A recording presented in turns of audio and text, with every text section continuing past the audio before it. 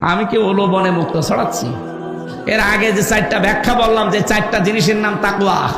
একটা হচ্ছে আল খাউফু মিনাল জালিল, আল্লাহর ভয়, আল আমালু বিত তানজিল, কোরআনের আমল, আল কিনায়াতু বিল কলিল, অল্পে তুষ্ট থাকা, আল ইসতিদালু লিল ইয়াউমির রাহি, আখিরাতের পুঁজি তৈরি করার জন্য সচেষ্ট হওয়া। কয়টা? এই চারটা জিনিস যার ভেতরে আছে তার ভেতরে তাকওয়া আছে। আরে চারটা যার ভেতরে নেই, ও আকাশ দিয়ে উড়ে যেতে পারে, ও বুজুর্গ না, ও বেজিরগু। আমি আবার রিপিট করবো, আপনি না বুঝলে।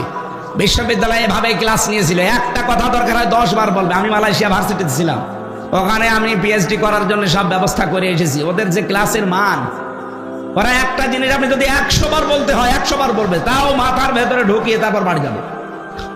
আমি কয়বার বলেছি, এখন আপনারা ক্লিয়ার না? তাকওয়া মানে জোব্বা গায়ে দেওয়া না, তাকওয়া মানে এরকম বড় বড় দাড়ি না, শুধু তাসবিহ নিয়ে সুবহানাল্লাহ পড়া না। তাকওয়া মানে আল্লাহর ভয় সৃষ্টি করা অন্তর্করণে, আল্লাহর কোরআনের আমল করা।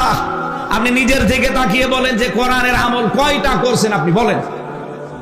500 আছে কোরআনের আমল, কয়টা? বলেন বলেন। 500, অথচ বাংলাদেশে একটাও চলে না। আর আমরা বিশাল তাকওয়াবান বুজুর্গ হয়ে বসে আছি। অল্পে তুষ্ট থাকার গুণ অর্জন করা।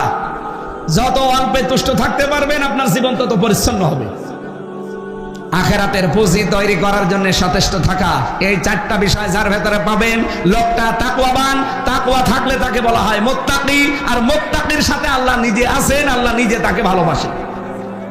এবার আসেন আমরা মূল ব্যাখ্যায় যাচ্ছি। লিল্লাযীনা তাকাও, যে মানুষগুলো দুনিয়ায় তাকওয়া অর্জন করে, এই যে এই গুণগুলো অর্জন করার মাধ্যমে, ইনদা রাব্বিহিম জান্নাত, তাদের রবের কাছে তাদের জন্য আছে বাগান, তাজরি মিন তাহতিহাল আনহার, এমন বাগান যার তলদেশ দিয়ে নদী আর নহর প্রবাহমান থাকবে।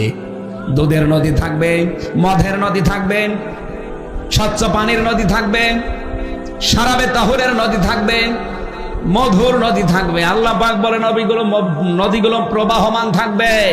মধুর নদী থেকে মধু তুলে খেতে পারবেন। পৃথিবীতে এরকম কোনো জায়গা আছে? নেই। এটা দুনিয়া হিসাবে কল্পনার বাইরে। খালিদিনা ফিহা, কতদিন রাখবে এরকম বাগানে? চিরস্থায়ী ভাবে। ওয়াজওয়াজুম মুতাহহারাতুম ওয়া রিদওয়ানুম মিনাল্লাহ, সেখানে তাদেরকে এমন পবিত্র স্ত্রী দান করা হবে যারা জীবনেও কোনোদিন নাপাক হবে না।